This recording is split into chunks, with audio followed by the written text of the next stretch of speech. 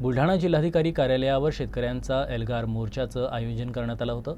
शेतकरी कर्जमाफी, शेतकऱ्यांच्या मालाला योग्य हमी भाव, थकलेला पीक विमा, सिंचन अनुदान व इतर मागण्यांसाठी जिल्हा काँग्रेस कमिटीच्या वतीनं मोर्चाला प्रारंभ झाला। तद्वत हा मोर्चा बाजारपेठ मुख्य मार्गावरून जिल्हाधिकारी कार्यालयावर धडकला।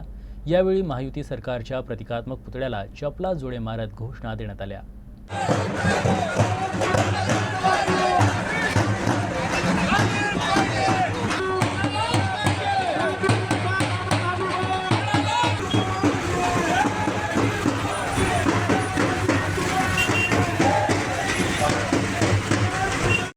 आम्ही या सरकारला आठवण करून देऊ इच्छितो की तुम्ही जी आश्वासनं दिलीत ती पूर्ण करा। शेतकरी आत्महत्या करतायत, मोठ्या प्रमाणात आत्महत्या करतायत आणि त्यामुळे त्यांची संपूर्ण कर्जमाफी झालीच पाहिजे।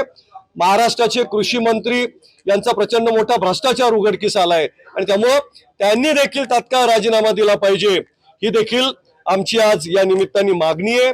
मी या बहिऱ्या सरकारपर्यंत आमचा हा निरोप, हा आवाज आम्ही पोहोचवू इच्छितोय।